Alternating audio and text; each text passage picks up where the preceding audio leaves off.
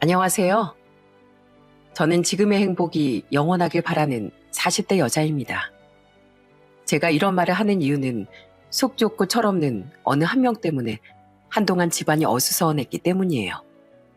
지금은 다 지나간 일이지만 그래도 문득문득 그때 생각이 나서 한번 사연을 써보게 되었습니다. 끝까지 재미있게 잘 들어주셨으면 좋겠습니다. 전 어릴 때 이발소집 딸로 자랐습니다. 저희 아빠가 동네에서 작은 이발소를 운영하셨거든요.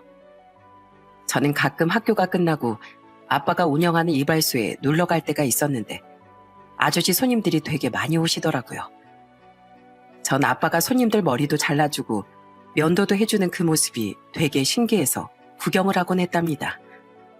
그런데 한 번은 또 아빠네 이발소에 갔는데 예전에도 몇 번 본 적이 있던 어떤 아저씨 손님이 저희 아빠한테 이것저것 요구를 하시는 거예요. 충분히 깔끔하게 했는데도 더 깔끔하게 해달라, 수염 자국 안 보이게 해달라 하면서 원하는 게 많더라고요. 그런데 이발이 다 끝나고 나서 계산할 때가 되니까 그 손님이 저희 아빠한테 이러시는 거예요. 사장님, 오늘 것도 제 앞으로 그냥 달아두세요. 제가 다음번에 올 때 한꺼번에 결제할 테니까요. 손님, 여태까지 달아두신 게 몇 번인데 오늘 또 달아두라고요? 지난번에 마지막으로 오셨을 땐 다음에 오면 밀린 거 꼭 계산한다고 하셨잖아요. 아이, 그냥 한 번 더 달아둬요. 설마 뭐 내가 돈이라도 떼먹을까 봐 그래요? 손님이랑 아빠랑 계속 실랑이를 하시길래 당시 초등학교 저학년이었던 전 궁금해서 아빠한테 물어봤습니다. 아빠, 달아두는 게 뭐예요? 뭔데 자꾸 이 아저씨가 달아두라고 하는 거예요? 아, 손님이 오늘 계산을 안 하고 다음번에 한꺼번에 계산한다고 약속하고 가시는 거야? 그래요? 근데 올 때마다 달아두라고 했다면서요. 그러면 계산한다는 약속은 대체 언제 지키는 거예요? 아저씨, 약속 안 지키는 사람은 나쁜 사람이랬어요. 아저씨가 약속을 안 지키니까 우리 아빠가 이제 더는 안 된다고 하시는 거잖아요. 제가 그렇게 말하자 그 아저씨 손님은 얼굴이 시뻘개지더군요. 그러자 이번엔 이발소 안에 있던 다른 손님들도 그 아저씨한테 한마디씩 하는 거예요. 그래요. 이발소에 왔으면 돈은 내고 머리 깎읍시다. 다 큰 어른이 어린애 앞에서 창피하게 그러지 좀 말자고요. 아휴, 알았어요, 알았어. 아이, 진짜 조그만 게 되바라져가지고. 사장님, 제가 그냥 밀린 거 오늘 다 낼게요. 제가 내야 되는 금액이 총 얼마예요? 결국 그 아저씨 손님은 밀린 돈을 다 내고 가시더군요. 저는 그때 어른들 중에서 약속을 안 지키는 나쁜 어른들이 종종 있구나 하는 걸 알게 되었어요. 아마 제가 못 봐서 그렇지 손님들 중에 더 심한 손님들도 많았을 겁니다. 저희 아빠는 저와 오빠를 키우기 위해 그 고생을 다 감내하셨던 겁니다. 물론 다리가 안 좋아서 어쩔 수 없이 다른 일을 못하고 하루 종일 집에서 부업을 하셨던 저희 엄마도 마찬가지고요.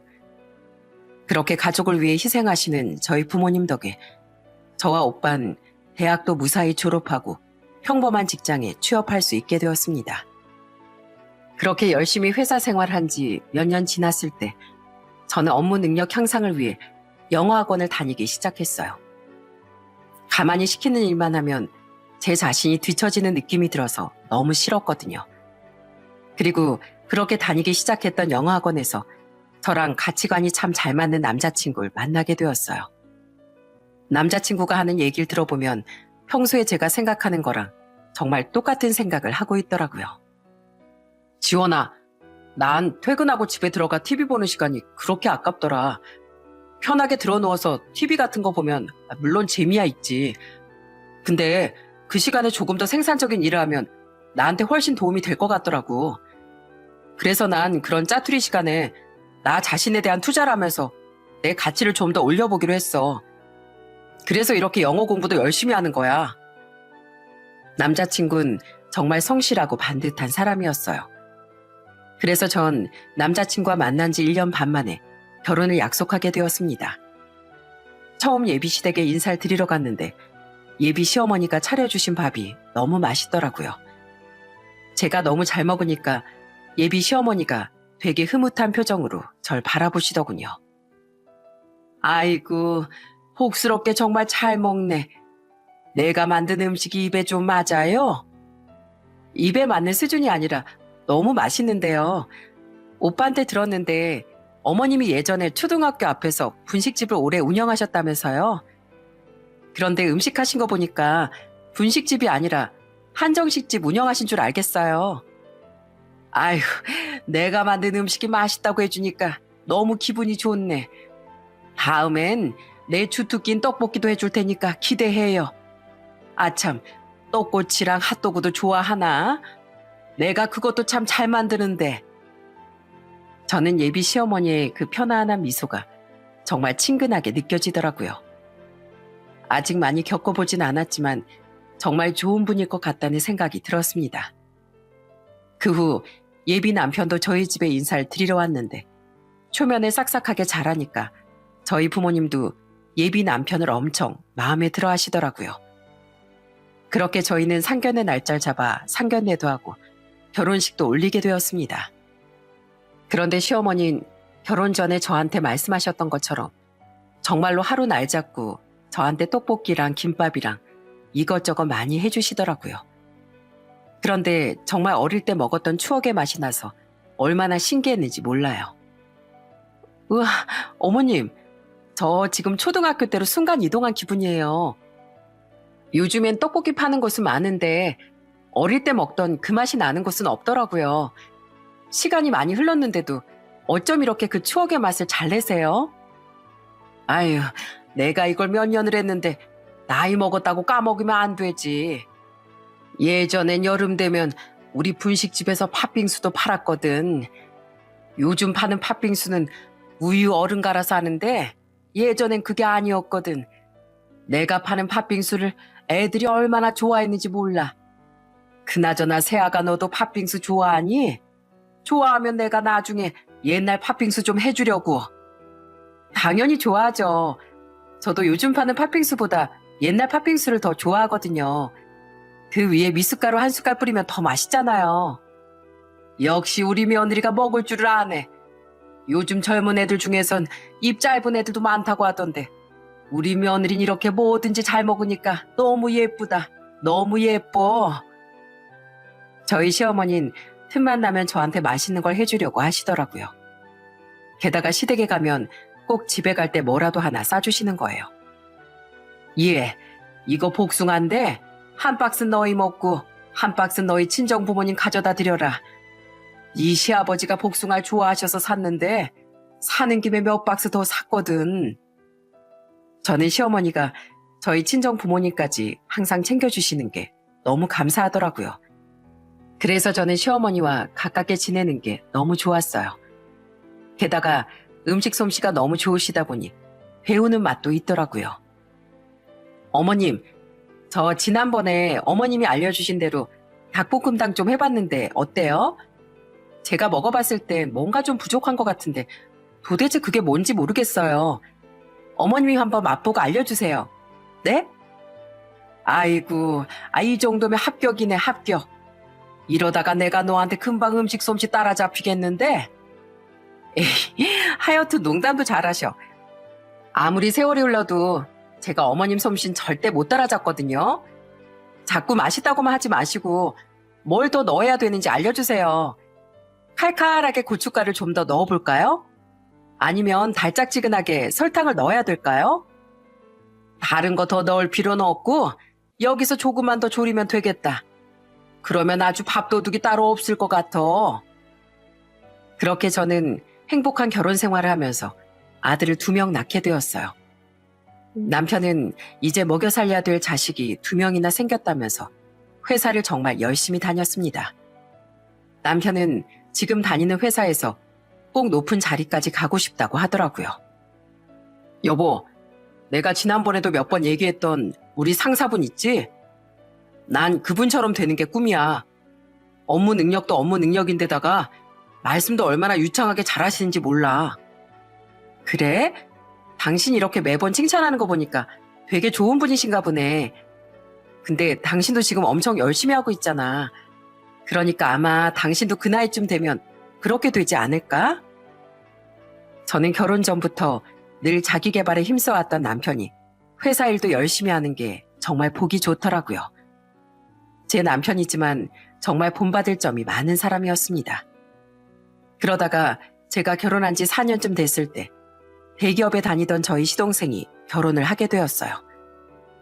결혼 후 처음 시댁에서 다 같이 식사를 하는데 제가 일어나서 밥을 차리니까 동서가 같이 일어나 도우려고 하더라고요. 그런데 이런 걸 많이 안 해봤는지 행동도 좀 느릿느릿하고 요령이 없더군요. 아이고 둘째야, 여기 쟁반 줄 테니까 여기다가 국그릇 올려서 한꺼번에 가져가라. 그렇게 계속 왔다 갔다 하면 힘들지 않니? 아, 그런 방법이 있었구나. 전 이런 걸 안 해봐서 몰랐어요. 그래, 안 해봤으면 모를 수도 있지. 앞으로 차근차근 하나씩 배워가면 되는 거야. 네 형님이 살림 하나 똑 부러지게 잘하니까 아마 옆에서 많이 가르쳐 줄 거다. 그런데 동서는 시댁 식구들이 편해서 그런 건지 가끔 예의 없는 행동을 할 때가 있었습니다. 한 번은 시댁 식구들과 다 같이 밥을 먹고 커피숍에 간 적이 있었는데 동서가 저희 시어머니가 시킨 딸기 스무디를 시어머니가 드시기도 전에 빨대로 쪽 빨아먹는 거예요. 우와, 역시 딸기 스무디도 상큼하고 맛있네. 어머님, 제가 먼저 먹어봤는데 맛이 아주 죽여져요. 얼른 드셔보세요. 세상에, 전 그걸 보고 너무 놀라 동서한테 한마디 했습니다. 동서, 아직 어머님도 안 드셨는데 어머님 빨대로 그렇게 막 먹으면 어떡해. 딸기 스무디 맛이 궁금했으면 어머님한테 한번 먹어봐도 되냐고 여쭤보고 먹었어야지. 에이, 가족끼리인데 뭐 어때요? 설마 빨대에 제 침이 닿아서 더럽다고 생각하시는 건 아니죠? 침이 닿은 것도 있지만 그런 건 예의가 아니라서 말해주는 거야. 그러니까 다음부턴 절대 그러지 마. 우리 어머님이 워낙에 성격이 좋으셔서 아무 말씀도 안 하는 거지. 원래 그러면 안 되는 거야. 제가 그렇게 말하자 동서는 삐지기라도 한 건지 뾰루퉁한 표정을 짓더군요. 그러더니 그 이후로 말을 한마디도 안 하는 거예요. 보다 못한 시어머니가 동서를 달래주기까지 하시더라고요. 그 후 동서가 결혼한 지 1년 정도 되었을 때 저는 늦둥이 딸을 하나 낳게 되었어요. 그리고 제가 딸을 낳은 지 3개월 후에 동서도 딸을 낳게 되었습니다. 가족들이 다 같이 선물을 바리바리 싸들고 동서네 집에 가서 축하해 줬어요. 저는 나름 걱정되는 마음에 동서한테 이렇게 얘기했습니다. 동서네 회사에선 육아휴직 다 쓸 수 있게 해준대? 난 첫째 낳을 때 회사가 너무 바빠서 조금밖에 못 쉬고 복직했거든. 육아휴직이요? 저 회사 그만뒀는데요. 이제 애도 낳았는데 굳이 제가 계속해서 다닐 필요 없잖아요. 그리고 저 원래 옛날부터 꿈이 혐오양처였거든요. 그런데 그때였어요. 저희 시동생이 한숨을 푹푹 쉬면서 동서한테 이러는 거예요. 여보, 말만 그렇게 혐오양처가 꿈이라고 하지 말고 제발 그렇게 좀 해봐. 당신 직장 생활하면서 맨날 술 먹고 늦게 들어오고 직장 핑계로 집안일도 하나도 안 하려고 하니까 내가 그냥 회사 그만두라고 한 거잖아. 그러니까 앞으로는 내가 갖다주는 생활비로 집에서 착실하게 전업주부로 한번 살아보라고. 알았어. 말 안 해도 그렇게 할 거거든? 그러니까 잔말 말고 기대나 하셔. 그나저나 당신 나 같은 와이프 어디에서도 못 구한다? 요즘 세상에 나처럼 현모양처가 꾸민 여자가 어딨어. 그때까지만 해도 저는 동서가 알아서 잘 하겠거니 했어요. 그런데 그 이후에 시동생한테 얘기를 들어보니까 딱히 현모양처 노릇을 하는 것 같진 않더라고요. 게다가 이제는 직장도 안 다니면서 오히려 예전보다 더 사치를 부리는 것 같았어요. 한 번은 동서가 시댁에 와선 저희 시아버지한테 투덜거리며 이러는 거예요. 아버님이 우리 그이 좀 혼내주세요. 이번에 그이 회사에서 보너스가 나오는데 제가 그 돈으로 제가 갖고 싶었던 명품백 좀 사달라고 하니까 비싸서 안 된다잖아요. 저는 꼭 그게 갖고 싶은데 저보고 그거 말고 더 싼 걸 사래요. 솔직히 대기업까지 다니면서 남자가 너무 치사한 거 아니에요? 뭐? 보너스 받은 걸로 명품백을 사달라고 했다고? 아무리 우리 아들이 대기업에 다녀도 그렇지. 너희 이제 왜 버리자니? 우리 손주도 키우려면 돈도 많이 들어갈 텐데. 그렇게 사고 싶은 거 다 사는 것보단 좀 아끼면서 사는 게 낫지 않겠니? 우리 아들이 아예 안 사주는 것도 아니고 조금 가격대 낮은 걸로 사준다고 했다며. 아유, 진짜 아버님까지 이러실 거예요? 전 그 가방 아니면 안 된단 말이에요. 예전부터 꼭 사고 싶어서 찜해놓고 있었는데 돈이 생겼는데도 안 사준다고 해서 제가 얼마나 서운한 줄 아세요? 저희 시아버지가 크게 호통을 치신 것도 아니고 좋은 말로 달래듯이 얘기하셨는데도 동선 그 말에 삐져버리더라고요. 저는 다 큰 성인이 왜 저렇게 애처럼 구는지 이해할 수가 없었습니다. 그런데 하루는 또 시댁에 온 동서가 저희 시어머니한테 이러는 거예요. 어머님은 왜 맨날 그 티셔츠만 입고 계세요? 지난주에 왔을 때도 그 옷 입고 계시고 지난달에 왔을 때도 그 옷 입고 계셨잖아요. 아, 이거 네 형님이 몇 년 전에 사준 티셔츠인데 엄청 편하고 시원해서 집에서 자주 입거든. 네 형님은 새 옷 사줄 테니까 그만 좀 입으라고 하는데 난 이게 잠옷처럼 제일 편하더라. 뭐예요? 제가 지난번에 사드린 옷은 안 입으시면서 왜 형님이 사준 것만 입으세요? 네가 사준 것도 입고 싶지. 근데 그건 입어보니까 나한테 사이즈가 안 맞더라. 그래서 내가 지난번에 사이즈 큰 걸로 교환하게 너한테 영수증 좀 달라고 하지 않았니? 근데 네가 영수증 버렸다고 해서 내가 나중에 살 빼면 입으려고 고이 모셔두고 있다. 그래도 며느리가 사드린 거면 안 맞아도 입으셔야죠. 그렇게 입기 싫으시면 그냥 다시 저 주세요. 제가 그냥 중고로 팔아버려야겠어요. 동선은 속이 좁아도 정말 좁은 것 같았어요. 그냥 이해하고 넘어갈 수 있는 일도 꼭 이렇게 걸고 넘어지더라고요. 그 바람에 동서랑 만날 때마다 저까지 다 피곤했습니다. 그런데 또 하루는 시댁에서 김장을 하기로 했는데 동서가 한참 늦게 도착한 거예요. 제가 왜 이렇게 늦게 왔냐고 물어보니까 이러더라고요. 왜요? 형님, 설마 저 늦었다고 지금 잔소리 하시는 거예요? 저 올 때 차 막혀서 늦은 거예요. 아휴, 먼 도로에 차가 이렇게 많은지 몰라. 그런데 그때 옆에 있던 시동생이 어이없는 표정으로 이러더군요. 차가 막히긴 뭐가 막혀. 우리 지하철 타고 왔잖아. 동서, 지하철 타고 왔다는 게 사실이야? 올 때 차 막혀서 늦은 거라며. 요즘엔 지하철도 막히나 보지? 아이, 몰라요. 그냥 그런가 보다 하고 넘어가면 되지. 뭘 꼬치꼬치 캐묻고 그러세요. 그럼 동서가 애초에 거짓말 하지 말았어야지. 그나저나 동서, 도대체 왜 이러는 거야? 설마 지난번에 삐진 거 가지고 아직도 이러는 거야? 조그만 기분 나빠도 삐지는 동서 때문에 시동생이 시댁 식구들한테 죄송하다고 대신 사과할 때도 많았습니다. 저도 최대한 동서랑 잘 지내보려고 했는데 그게 쉽진 않았어요. 그러다가 어느 순간 저희 집에 안 좋은 일이 생기고 말았습니다. 남편 회사에서 어느 순간부터 월급이 밀리기 시작하더니 아예 부도가 나버린 거예요. 남편은 한순간에 실직자가 되어버리고 다른 회사에 재취업을 해보려고 했지만 그게 쉽지 않았습니다. 요즘 우리나라 실업률이 역대 최고라고 하는데 저희 남편도 그걸 피해갈 수는 없었어요. 결국 저희 부부는 오랜 고민 끝에 전 재산을 투자해서 프랜차이즈 식당을 열게 되었습니다. 그때 시동생이 개업 축하 선물로 500만 원을 주더라고요. 아유, 서방님, 그런 돈 안 주셔도 되는데 왜 그렇게 큰 돈을 보내셨어요? 아니에요. 형이랑 형수님이 새롭게 장사를 시작해 보겠다는데 동생으로서 이 정도는 해야죠. 그런데 그때 옆에 있던 동서가 또 투덜거리기 시작하는 거예요. 아유, 진짜.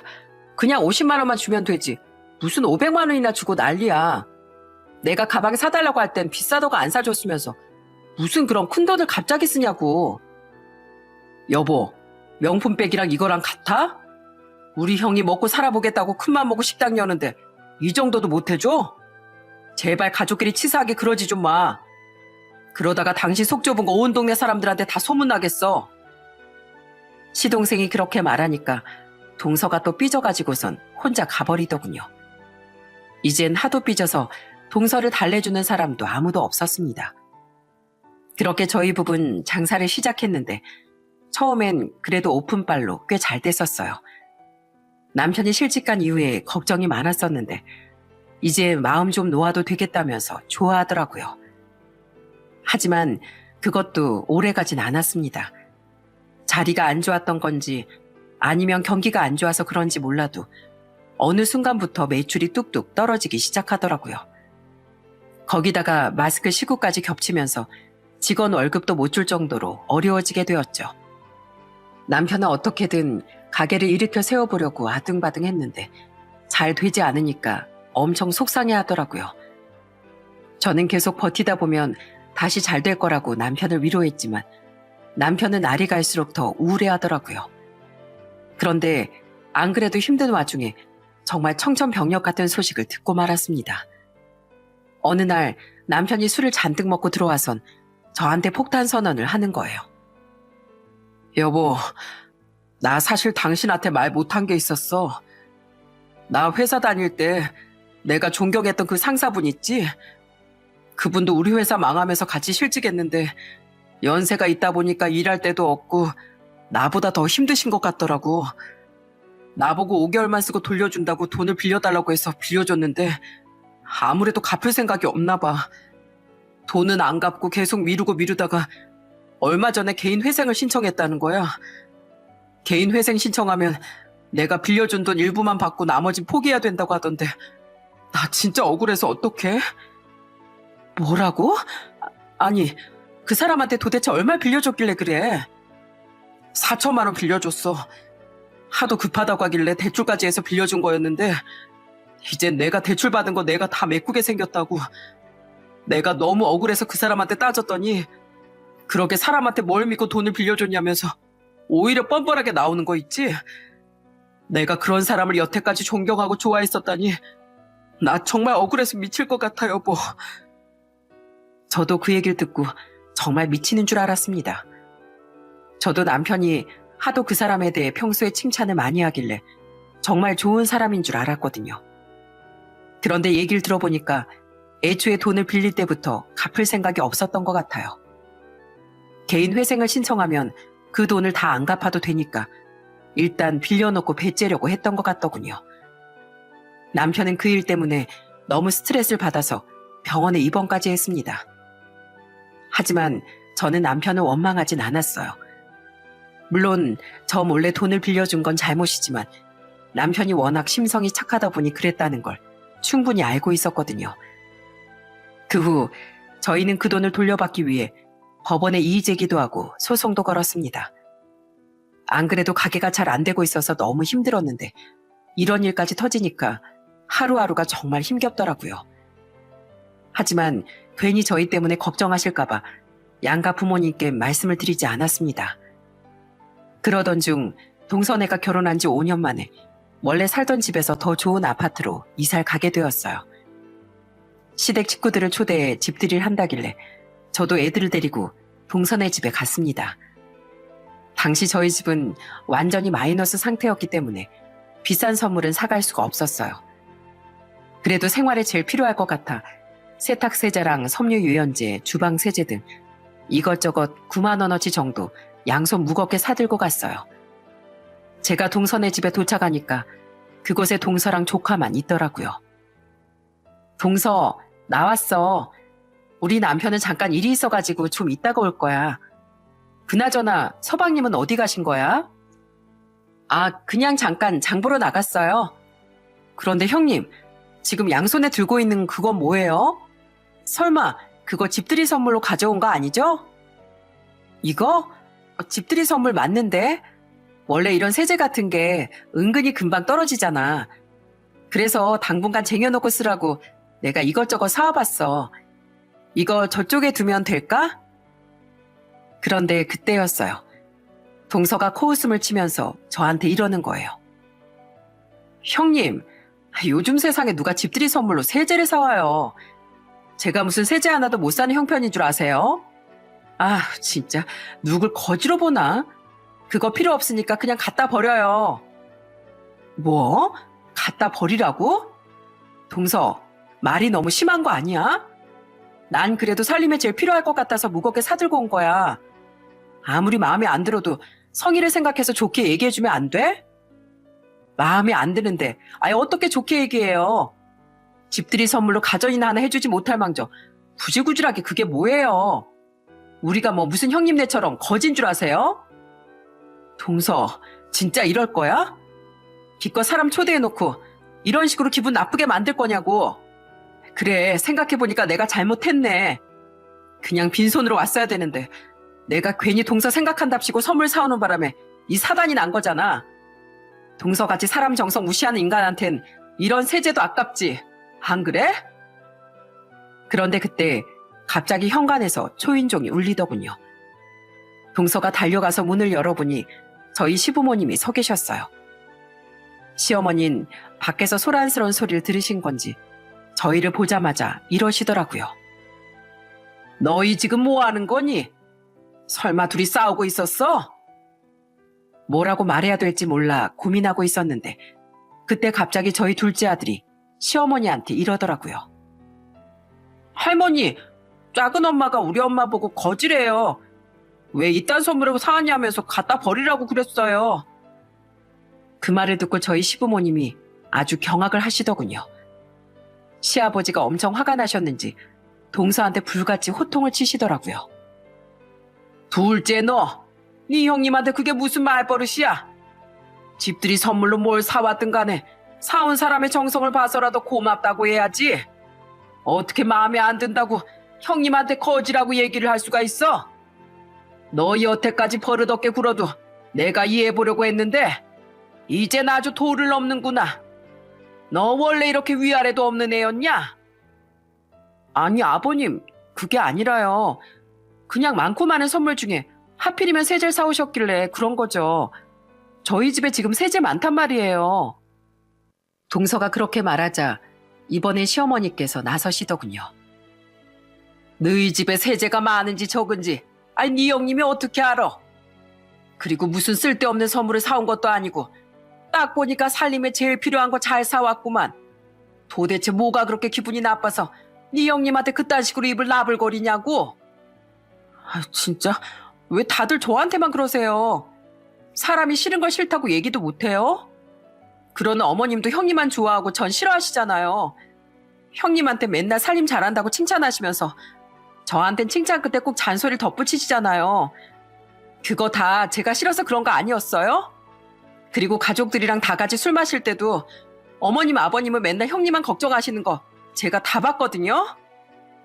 뭐야? 너 진짜 뭐든지 네 멋대로 생각하는 애였구나. 난 네가 현모양처가 꿈이라고 하면서도 살림에 영 소질이 없어 보이길래 도와주려고 그런 거다. 그렇다고 해서 내가 언제 너한테 짜증을 내거나 타박을 한 적이 있었어? 난 네가 요령 없이 어렵게 하는 것 같아서 쉽게 알려준 것뿐이야. 그리고 너 이왕 술 얘기 나왔으니 말인데 내가 왜 네 형님만 걱정했는지 정말 모르겠어? 모르겠는데요? 도대체 왜 형님한테만 술 조금 먹으라고 걱정하셨냐고요? 아유, 내가 진짜 답답하다 답답해. 네 형님 술이 워낙 약해서 소주 반 병만 마셔도 얼굴이 아주 시뻘겋게 변하고 취해서 자는 사람이지 않니? 그런데도 시댁 식구들이랑 분위기 맞추겠다고 자꾸 마시려고 하길래 내 걱정돼서 그랬던 거야. 그런데 둘째 넌 말술 중에 말술이라고 네 입으로 직접 말하지 않았니? 소주 반 병 먹고 뻗는 애랑 3병 넘게 먹어도 멀쩡한 애랑 어떻게 같을 수가 있냐고. 그리고 너 내가 술 작작 먹으라고 하면 또 잔소리했다고 삐질 거잖아. 안 그러니? 제가 언제 맨날 삐졌다고 그러세요. 저 그렇게 속 좁은 사람 아니거든요. 속 좁은 사람 아니긴 조그만 서운하게도 삐져가지고선 하루 종일 말 안 했던 게 한두 번이 아니었으면서 우리가 그동안 너 달래주느라 얼마나 힘들었는지 모른다. 내가 며느리를 들인 게 아니라 아주 7살짜리 꼬맹이를 키우는 줄 알았어. 그런데 이젠 하다하다 집들이 선물까지 사온 네 형님한테 그딴 식으로 얘기를 해? 그런데 그때였어요. 시동생이 장보고 집에 들어오다가 마침 동선의 집에 오던 저희 남편이랑 마주쳤는지 같이 집에 들어오더라고요. 시동생과 남편도 분위기를 보더니 무슨 상황인지 바로 파악하고 화를 내기 시작했어요.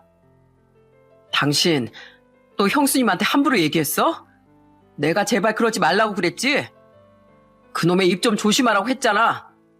우리 가족들이 당신 투정 부리고 그렇게 막무가내로 행동하는 거 다 받아주는 사람인 줄 알아? 그래요, 재수씨. 진짜 해도 해도 너무하네요. 우리 가족들이 그동안 재수씨 때문에 얼마나 스트레스를 많이 받았는 줄 알아요? 왜 자꾸 화목한 집안에서 미꾸라지처럼 물을 흐리냐고요? 제가 무슨 물을 흐렸다고 그러세요. 진짜 다들 왜 나한테만 뭐라고 해? 당신이 잘못했으니까 당신한테만 뭐라고 하지. 그러게 행동 거질 똑바로 했어 봐. 우리 가족들이 당신한테만 이러겠어? 형수님, 정말 죄송합니다. 제가 이 사람 대신에 이렇게 사과할게요. 집들이 한다고 여기까지 와주셨는데 기분 망치게 해드려서 정말 죄송합니다. 시동생이 사과를 해서 대충 상황이 마무리되긴 했습니다. 하지만 그날 집들이는 완전히 망치고 말았어요. 시부모님도 밥을 먹는 둥 마는 둥 하시더니 저보고 이러시더라고요. 애미야, 나 여기 불편해서 더 이상 못 있겠다. 밥도 먹었으니 이제 너네 집으로 가자. 그리고 둘째 넌 따라오지 말고 여기 있어라. 영광이 너도. 시어머니가 그렇게 말씀하셔서 결국 시동생네 부부 놔두고 시부모님만 모시고 저희 집으로 갔습니다. 그리고 전 오늘 분위기가 이렇게 된 게 괜히 제 탓도 있는 것 같아서 시부모님께 이렇게 말씀드렸습니다. 어머님, 사실 제가 선물을 좀 잘못 고른 것도 있는 것 같아요. 그래도 서방님네 집들인데 더 좋은 걸 선물했으면 좋았을 텐데 사실 저희가 요즘 많이 힘들거든요. 제가 그렇게 말하자 남편도 지금 식당이 얼마나 어려운지 그리고 자기가 회사 전 상사한테 돈을 빌려줬다가 대출을 갚고 있는 얘기까지 다 하더라고요. 그러자 저희 시어머니께서 저와 남편의 손을 꼭 붙잡고 이러시더라고요. 아휴, 부모란 게 뭐냐. 자식들 힘들 때 도와주는 게 바로 부모 아니니. 너희가 그 정도로 힘들었으면 우리한테 진즉 얘기해서 도와달라고 했어야지. 난 요즘에 너희들이 살이 쪽쪽 빠지고 얼굴에 근심이 가득하길래 무슨 일이 있을 거라고 생각하긴 했다만 이렇게 어렵게 사는 줄은 정말 몰랐다. 그런데 그때 시아버지께서도 저희한테 이러시더군요. 너희 지금 상황 어려운 거 일단 한 5천만 원 정도면 급한 불은 끌 수 있겠니? 내가 그 정도는 해줄 수 있을 것 같으니 그걸로 일단 해결 좀 해봐라. 자식이랑 며느리가 생활이 힘들어서 고생하고 있는데 내가 부모로서 도저히 가만히 못 있겠다. 아버지, 그러지 않으셔도 돼요. 이거 다 저 때문에 일어난 일이니까 제가 2배, 3배로 노력해서 해결하면 돼요. 아니다. 너 그거 대출 때문에 지금 이자도 계속 나가고 있다며? 그거 다 생돈 나가는 건데 아까워서 안 되지. 그러니까 내가 보내주는 돈으로 일단 그것부터 해결해라. 그리고 애미야, 너도 그동안 애새 키우느라 고생 많이 했지? 원래 애 엄마들은 비상금이 조금 있어야 되는 거야. 내가 비상금 줄 테니까 고이 간직하고 있다가 너 필요한 데 쓰거라. 그동안 너희 둘 다 검소하고 성실하게 살았는데 갑자기 이렇게 돼서 얼마나 힘들었겠니? 그러자 저희 시어머니도 제 발쪽을 힐끗 바라보면서 이러시더라고요. 그래, 애미야. 네 시아버지가 주는 돈으로 옷도 좀 사 입고 그래라. 너 아까 둘째 내서 보니까 네 양말에 빵꾸가 났더라. 괜히 돈 아낀다고 빵꾸 난 양말 신고 다니지 말고 깨끗하고 좋은 옷으로 좀 사 입어. 아, 이거 그냥 제가 아무거나 양말 잡히는 대로 신어서 그런 거예요. 진짜 저희 돈 안 주셔도 돼요. 저희가 알아서 할 수 있어요. 저랑 남편이 계속 거절을 했는데도 시부모님께선 저희한테 결국 돈을 보내주시더군요. 저랑 남편은 시부모님한테 감사하다고 몇 번이나 인사를 드렸습니다. 그 돈이면 다행히 대출은 해결할 수 있을 것 같더라고요. 그렇게 돌아가시고 다음날 시동생이 저희 집에 찾아왔어요. 동서랑 얼마나 싸웠는지 표정이 엄청 안 좋더라고요. 형, 그리고 형수님, 정말 죄송해요. 저희 와이프 때문에 어제 기분 많이 나쁘셨죠?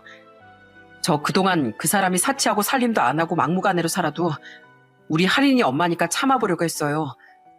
그런데 어제 일을 보니까 이제 더는 안 되겠더라고요. 그래서 저 그 사람한테 이혼하자고 했어요. 더 이상은 그런 여자랑 못 살 것 같아서요. 제가 그런 여자랑 결혼하는 바람에 가족들한테 피해만 주고 정말 죄송해요. 시동생은 그렇게 말하면서 저희가 형편이 그렇게 안 좋은 줄을 몰랐다고 하더군요. 자기가 필요한 만큼 돈으로 도와주겠다고 하길래 이미 어머님 아버님한테 받아서 괜찮다고 얘기했어요. 그러자 시동생은 나중에라도 힘들면 언제든지 얘기하라고 하더군요. 그날 시동생은 저희 집에서 술 한잔 마시면서 정말 많은 얘기를 하고 돌아갔습니다. 그런데 며칠 후 그렇게 뻔뻔하던 동서가 저한테 찾아왔어요. 시동생과 이혼하기 싫다면서 저한테 울면서 사과를 하더라고요. 형님, 제가 정말 죄송해요. 전 그냥 어머님이 형님만 예뻐하는 것 같아서 그랬어요. 제가 원래 어릴 때부터 질투심이 좀 강한 편이었거든요. 형님이 저보다 먼저 결혼해서 어머님이랑 너무 친하시니까 제가 비집고 들어갈 틈이 없는 것 같아 보이더라고요. 그리고 제가 하는 행동마다 자꾸 예의가 아니라고 하고 완벽한 형님에 비해 자꾸 부족한 것 같고 그러니까 괜히 심통이 났었어요. 저 진짜 형님 미워서 그런 거 아니에요. 동서, 아무리 질투심이 많아도 그렇지 사람이 해도 되는 행동이 있고 해선 안 되는 행동이 있는 거야. 우리 시댁 식구들이 워낙에 마음씨가 넓어서 그동안 동서를 이해해 준 거지. 다른 집안이었으면 진작에 난리 나고도 남았어. 그리고 동서 이제 어린애 아니잖아. 결혼한 지 벌써 5년이나 됐는데 언제까지 그렇게 애처럼 굴 거야? 이제 진짜 안 그럴게요. 제가 맨날 삐지고 애처럼 굴어도 다들 저를 달래주고 위로해주니까 그게 통하는 줄 알았어요. 아무래도 제가 마음이 너무 좁고 생각이 없어서 그랬나 봐요. 근데 형님, 저 우리 남편이랑 이혼하기 싫어요.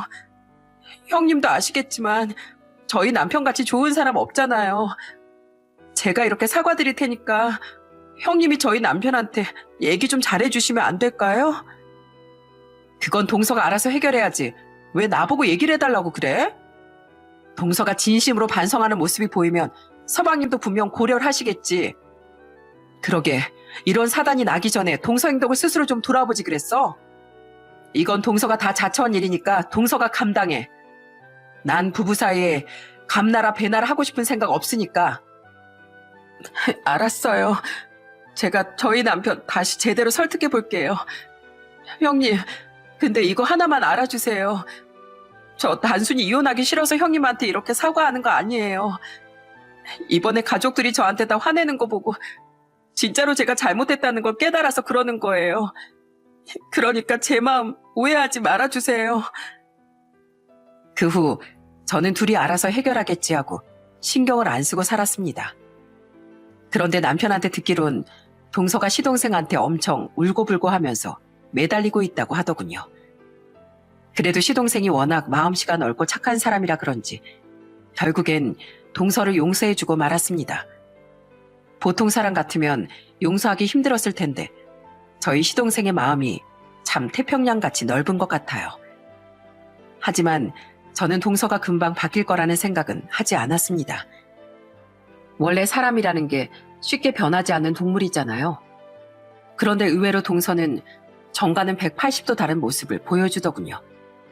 한 번은 제가 시댁에서 밥을 먹다가 물을 더 떠오려고 일어났는데 동서가 그걸 보고 갑자기 저를 따라 벌떡 일어나는 거예요. 형님, 뭐 필요하세요? 아, 물컵에 물이 없으시구나. 가만히 앉아 계시면 제가 떠올게요. 동서, 내 물은 내가 알아서 떠. 왜 갑자기 안 하던 짓을 하고 그래? 형님은 애를 셋이나 키우느라 저보다 훨씬 힘드실 텐데 이럴 때라도 좀 앉아 계셔야죠. 그리고 제가 형님보다 나이도 어리고 서열도 낮잖아요. 당연히 이런 건 저 같은 쫄따구가 하는 거예요. 저는 처음 보는 동서의 모습에 얼마나 놀랐는지 모릅니다. 그 후에도 동선 수시로 제 눈치를 계속 보더라고요. 명절 때도 전을 부치는데 제 옆에 쪼르르 달려와 앉더니 저한테 이러는 겁니다. 형님, 저는 제가 붙일 테니까 어머님이랑 같이 좀 쉬세요. 저 그래도 집에서 전 부치는 거 연습 좀 해왔거든요. 뭐? 동서 원래 이런 거 못한다고 했었잖아. 괜히 하다가 다 태우는 거 아니야? 아니에요. 저 그 정도로 못하진 않거든요. 에이, 얼른 뒤집게 저한테 주시고 저쪽으로 가서 쉬시라니까요. 오늘은 저도 실력 발휘할 기회 좀 주세요. 네? 동서는 그렇게 말하더니 굳이 저랑 시어머니를 거실로 끌고 가서 소파에 앉히더군요. 그러더니 혼자서 전을 부치기 시작하는데 괜히 태워 먹을까봐 조마조마하더라고요. 그런데 정말로 집에서 연습한 게 맞는지 꽤 노릇노릇하게 잘 굽더군요. 그걸 보고 시어머니랑 저랑 둘이 마주보고 흐뭇하게 웃었습니다. 그러다가 하루는 시댁에서 모이기로 했는데 시어머니가 집에 세탁세제가 다 떨어졌다고 하시는 거예요. 어차피 시댁에 가는 김에 세탁세제를 사서 들어갔는데 동서가 세제를 들고 있는 제 손을 멍하니 바라보더군요. 그러자 저희 둘째 아들이 천진난만한 표정으로 동서한테 이러는 거예요. 작은 엄마, 왜요? 우리 엄마가 세제 사온 게 또 마음에 안 들어서 그래요? 설마 우리 엄마한테 또 거지라고 할 거 아니죠? 뭐? 아니야. 얘는 왜 또 생사람을 자꾸 그래. 나 앞으로는 절대 그럴 일 없을 거거든. 그래요? 작은 엄마 원래 그런 사람 아니잖아요. 원래 다른 사람한테 상처 주는 말 마음대로 하고 그러는 사람 아니었어요? 아니거든. 예전엔 그랬는지 몰라도 지금은 절대 아니야. 그러니까 앞으로는 작은 엄마 너무 미워하지 말아주라. 어? 나 그렇게 나쁜 사람 아니야. 알았어요. 일단 당분간 지켜볼게요. 작은 엄마가 진짜로 약속한 거 지키는지 안 지키는지 두고 봐야 알 수 있잖아요. 저희 둘째 아들이 그렇게 얘기하니까 가족들 모두 웃음을 빵 터뜨리고 말았어요. 그러자 이번엔 저희 시어머니께서 동서한테 이러시더군요. 그래, 우리 손주가 말 한번 잘했다. 나도 둘째 널 앞으로 계속 지켜보련다. 너 한 번만 더 지난번처럼 분란 일으키면 내가 아주 우리 아들 끌고 가서라도 이혼시킬 거야. 알았어? 네, 알았어요. 괜히 저 때문에 집안 분위기만 뒤숭숭하게 만들고 정말 죄송해요. 그래도 난 네가 요즘에 달라지려고 노력하는 것 같아서 얼마나 기분이 좋은지 모른다.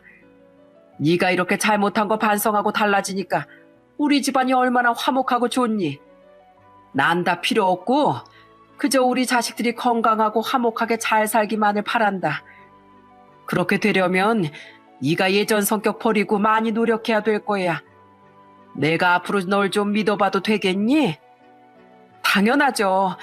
저 앞으로 진짜 달라질 거예요. 제가 만약에 예전으로 돌아갈 것 같으면 어머님이 저 좀 따끔하게 혼내주세요. 알았다. 내가 꼭 그러마. 그리고 내가 생각해보니까 내가 널 위해서 한다는 말들이 너한텐 좀 서운하게 들렸을 수도 있을 것 같더구나. 나도 앞으로 너한테 말할 때 조심하면서 얘기할 테니까 너도 앞으로 말 한마디 하더라도 그냥 내뱉지 말고 생각을 하면서 했으면 좋겠구나. 지금처럼 네 형님이랑도 사이좋게 잘 지내고, 알았지? 네, 꼭 그렇게 할게요. 솔직히 저 이혼당하고 내쫓겨도 할 말이 없는데 이렇게 다들 저 품어주셔서 정말 감사해요. 제가 다신 이 집안의 평화를 깨뜨리지 않겠다고 약속할게요. 동서가 그렇게 말하자 저희 시어머니가 동서를 꼭 안아주시더라고요. 저도 동서가 진심으로 반성하는 것 같아서 동서의 어깨를 토닥여 주었답니다. 그렇게 동서가 변하기 시작한 지도 벌써 2, 3년 정도가 지났네요. 지금은 예전에 동서가 생각나지 않을 정도로 정말 많이 달라졌답니다. 혹시 저희 시댁 식구들 앞에서만 그러는 척 하나 싶어 시동생한테 물어보니까 시동생도 허허 웃으며 이러더라고요. 아유, 저희 집사람 집에서도 요즘 엄청 잘해요. 집안일도 척척 잘하고 애도 잘 보거든요. 그리고 최근엔 다시 직장 구해서 다니기 시작했어요. 이젠 착실하게 돈 모아서 우리 할인이 잘 키우고 싶다고 하더라고요. 그나저나 형수님, 저희 집사람이 또 함부로 하면 저한테 말씀하세요. 아직도 저희 집 거실에 그때 썼던 이혼 신청서 그대로 놓여 있거든요. 절대로 예전으로 돌아가지 말라고 제가 일부러 거기다가 놔둔 거예요. 네? 아, 이혼 신청서를 아직도 놔두고 있다고요? 하여튼 서방님도 독하시네, 독하셔. 그렇게 한동안 저희 시댁에 물을 흐리던 동서는 어느새 화목한 가정의 한 일원이 되었답니다. 동서가 변하고 나니까 서로 싸울 일도 없고 시댁에 갈 때마다 얼마나 재밌고 좋은지 모릅니다. 저희 둘째 아들도 작은 엄마가 정말 약속을 지키고 있다면서 이젠 작은 엄마가 나쁜 사람이 아니라 좋은 사람이라고 하더군요. 아참, 요즘 저희 식당은 마스크 시국을 벗어나 어느 정도 안정을 찾아가고 있어요. 아직 뭐 잘 되는 편은 아니지만 그래도 적자는 면하고 있답니다. 그리고 남편한테 돈을 빌려갔던 그 사람도 지금은 저희한테 돈을 매달 갚고 있어요. 한 달에 100만 원씩 갚은 지 벌써 2년이 되었네요. 처음엔 그렇게 뻔뻔하게 나오던 사람이 나중엔 잘못을 깨달았는지 남편한테 찾아와서 눈물로 사죄를 하더라고요. 정광 씨, 내가 정말 미안해. 내가 당시에 너무 힘들다 보니까 나도 모르게 못된 생각을 했었나 봐. 아무리 그래도 부하 직원이자 직장 후배인 정광 씨한테 그러면 안 되는 거였는데 내가 너무 나만 생각했었나 봐. 직장에서 그렇게 존경받던 사람도 돈 때문에 한순간에 이렇게 되는 걸 보고 참 돈이라는 게 무섭다는 생각이 들더군요. 그래도 꼬박꼬박 이렇게 돈을 갚으면서 약속을 지키고 있으니 원망했던 감정은 넣어두고 한번 믿어보기로 했습니다. 저는 요즘 식당이 그렇게 잘 되는 건 아니지만 그래도 이렇게 일을 할 수 있다는 것 자체가 엄청 감사하다는 생각이 들어요. 작은 돈이나마 벌어서 가족들끼리 먹고 싶은 것도 먹고 모여 살 수 있다는 게 정말 행복한 일이잖아요. 제가 세상을 살아보니 인생에서 무엇보다도 제일 중요한 건 가족 간의 화목함인 것 같아요. 돈이 조금 부족하고 상황이 안 좋아도 가족끼리 웃으며 즐겁게 보내면 마음속에 있던 근심 걱정도 확 사라지는 기분이더라고요. 물론 한때는 동서 때문에 속 시끄러울 때도 있었지만 지금은 누구보다도 정말 행복하고 좋답니다. 동서도 예전에 막무가내로 행동할 때보다 지금이 훨씬 좋다고 하더라고요. 예전엔 본인이 말썽쟁이가 된 것 같은 기분이었는데 지금은 진정한 가족이 된 것 같아서 너무 기쁘대요. 저는 만약에 동서가 이 사연을 듣게 된다면 지금 충분히 잘하고 있으니 앞으로도 좋은 모습 많이 보여달라고 얘기하고 싶어요. 그리고 절대로 동서를 미워하는 마음 없고 지금처럼 잘 지냈으면 좋겠다는 말도 하고 싶고요. 제 사연을 듣고 계시는 시청자분들께서도 가족 간에 항상 화목하게 지내면서 웃음꽃이 많이 피셨으면 좋겠습니다. 많이 웃어야 건강에도 좋다고 하잖아요. 그럼 저는 이만 제 사연을 마치도록 하겠습니다. 끝까지 들어주셔서 정말 감사해요. 그럼 오늘 하루도 모두 행복하세요.